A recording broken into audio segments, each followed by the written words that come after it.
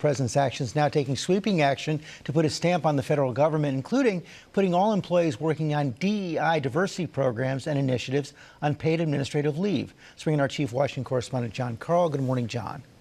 Good morning, George. There is a lot of confusion across the federal workforce this morning about several of these orders. This one on DEI calls for an end to all diversity, equity, and inclusion programs across the federal government, telling the employees who work in such programs to stop working as of 5 o'clock yesterday on paid administrative leave. And George, further, the order was accompanied by a memo that went out to federal employees telling them that sometimes these DEI programs are hidden through, quote, coded or imprecise language.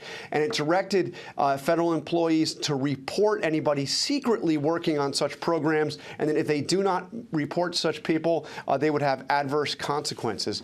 There was another order that directed the Department of Justice to freeze all ongoing litigation out of the Civil Rights Division, very large division at the Department of Justice. And George, and yet another one, public health agencies that would include the CDC and the FDA have been directed to pause all external communications. This would theoretically include upcoming reports on the bird flu crisis. And John, 160 members of the national security staff in the White House have been sent back to their agencies.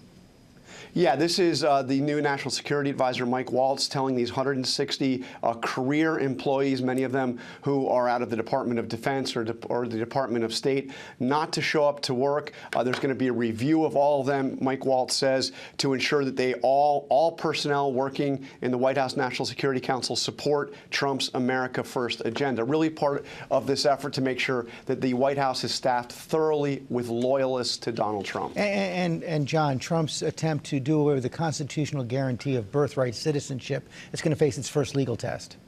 Yeah, there's going to be a lot of legal challenges here. This is to undo what is in the 14th Amendment to the United States Constitution. That is that if you are born in the United States, you are an American citizen.